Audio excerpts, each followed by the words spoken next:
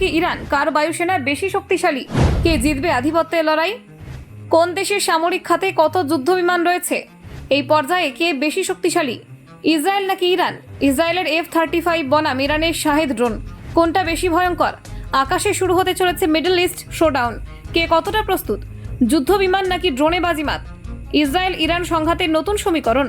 রাডারে ধরা পড়ে না ইসরায়েল, তবে ক্ষেপণাস্ত্রে অপ্রতিরোধ্য ইরান। সব মিলিয়ে কার প্রযুক্তি, কার কৌশল এগিয়ে?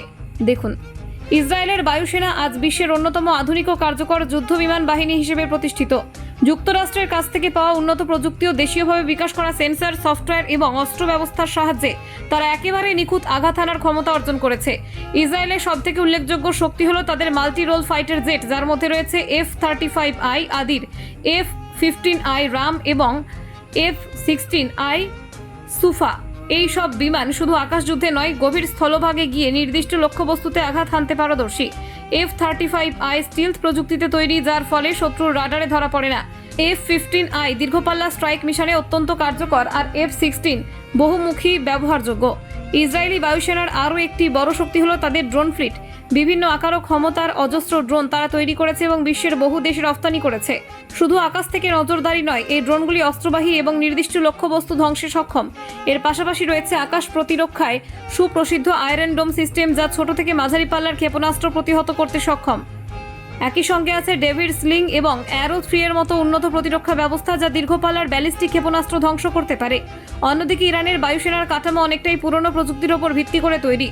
1979 সালের ইসলামিক বিপ্লবের আগে তারা যুক্তরাষ্ট্র থেকে কিছু উন্নত বিমান সংগ্রহ করেছিল, যেমন F-14 টমক্যাট। তবে সেই সময় থেকে ইরান পশ্চিমা নিষেধাজ্ঞার আওতায় পড়ে যায় এবং বিমান মেরামত ও আধুনিকীকরণের জন্য পর্যাপ্ত যন্ত্রাংশ পায়নি। ফলে আজ তাদের অনেক বিমান পুরনো এবং সীমিত ব্যবহারের উপযোগী। ইরানের বায়ুসেনায় সোভিয়েত আমলের MiG-29 এবং দেশীয়ভাবে নির্মিত সি-কুইচ এবং কসওয়ারের মতো বিমান রয়েছে, যেগুলোর ক্ষমতা আধুনিক মানদণ্ডে তুলনামূলকভাবে অনেক পিছিয়ে। তবে ইরানের ঘাটতি পূরণ করার জন্য ক্ষেপণাস্ত্র এবং ড্রোনের ওপর জোর দিয়েছে। তাদের তৈরি শাহেদ ড্রোন আজ আন্তর্জাতিক অঙ্গনে চর্চার বিষয়। এই ড্রোনগুলি সস্তা, সহজে তৈরি করা যায় এবং আঘাত হানার ক্ষমতা যথেষ্ট ভয়ঙ্কর। বায়ু প্রতিরক্ষায় ইরান রাশিয়ার S-300 সিস্টেম কিনেছে এবং নিজস্ব প্রযুক্তিতে বানিয়েছে বাভার 373, যার মধ্যে থেকে দীর্ঘ পাল্লার আকাশ প্রতিরক্ষা দিতে সক্ষম। তবে এই ব্যবস্থাগুলি এখনও ইসরায়েলের মাল্টি লেয়ারের প্রতিরক্ষার সাথে তুলনামূলকভাবে পিছিয়ে। ইসরায়েলের বড় শক্তি হলো তাদের বাস্তব যুদ্ধ অভিজ্ঞতা। গাজা, লেবানন, সিরিয়া, এমনকি ইরাকেও তাদের বিমান বাহিনী গোপনে অভিযান চালিয়েছে এবং প্রত্যেকবার লক্ষ্যবস্তু নিখুঁতভাবে ধ্বংস করেছে। এত অল্প সময়ে এত সফল অপারেশন পরিচালনা করা আজকের দিনে বিশ্বে খুব কম দেশ পারে। তাদের পাইলটরা প্রশিক্ষণে এবং মিশনে দুর্দান্ত দক্ষতা দেখিয়ে আসছে বছরের পর বছর। ইরান যদিও বড় মাপের যুদ্ধ বিমানে পিছিয়ে, তবু তাদের কৌশলগত চিন্তাভাবনা অবহেলা করার মতো নয়।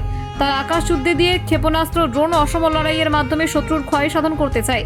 বিশেষ করে তারা মধ্যপ্রাচ্যে বিভিন্ন মিত্র সংগঠন যেমন হিজবুল্লাহ, হুথি বিদ্রোহী এবং সিরিয়ার মিলিশিয়াদের মাধ্যমে পরোক্ষ লড়াই চালিয়ে যাচ্ছে। এতে তারা নিজের সরাসরি ক্ষয়ক্ষতি না ঘটিয়ে শত্রুর ওপর চাপ সৃষ্টি করতে সক্ষম হচ্ছে। Bureau report, Bangla digital TV.